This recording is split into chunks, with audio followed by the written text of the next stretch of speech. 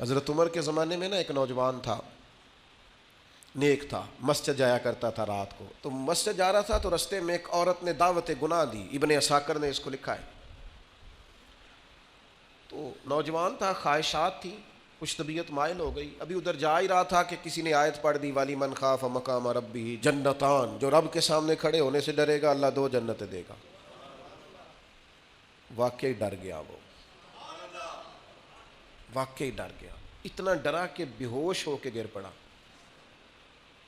بیماری سے لوگ بے ہوش ہوتے ہیں، پیسے ڈوب گئے بے ہوش ہوتے ہیں، بچے کے غم میں بے ہوش ہوتے ہیں. سچ بتاؤ کبھی خوف خدا سے بھی بے ہوش ہوتا کوئی دیکھا ہے؟ ہمارے ہاں تو روز مرہ ہی نہیں ہے بھائی. اور بڑی باتیں ہیں بے ہوش ہونے کی، ڈرنے کی، غش کھانے کی. بے ہوش ہو کے گر پڑا. بوڑھے باپ کو کسی نے بتایا بچہ بے ہوش پڑا ہے. اٹھا کے گھر لائے. گھر لا کے کہا بیٹا کیا ہوا؟ نوجوان ہے، چڑھتی جوانی ہے، پر پاکیزہ بڑی ہے. کہنے لگا ابا جی گناہ کی طرف چلا گیا تھا، پر میں نے آیت سن لی جو اللہ کے سامنے کھڑے ہونے سے ڈرے گا رب 2 جنتیں دے گا. میں ڈر گیا تھا، رب واقعی 2 جنتیں دے گا.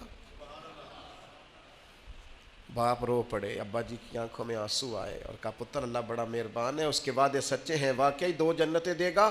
اس نے پھر ایک چیخ ماری اور اس طرح کی ماری کہ اس کی روح ہی پرواز کر گئی.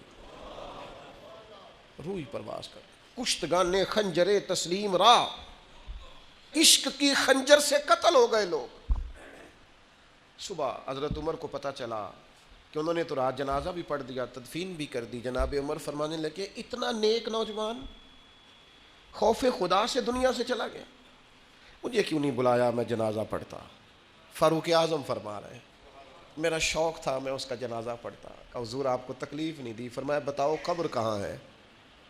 تے کامل پیر انہاں دے باہو قبر جنہ دی جیوے. حضرت فاروق اعظم قبر پہ تشریف لے گئے اور کھڑے ہو کے فرمانے لگے نوجوان مجھے امید ہے میرے رب نے تجھے 2 جنتیں دی ہوں گی. ابن عساکر کھول کے دیکھو تاریخ بغداد نے کیا لکھا ہے.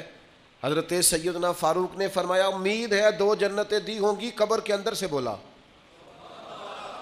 کامل پیرو نہ دے باہو قبر جنہ دی جیوے. قبر کے اندر سے بولا. کہنے لگا حضور امید والی بات نہیں، رب کے وعدے سچے ہیں، اس نے واقعی مجھے 2 جنتیں عطا فرمائی.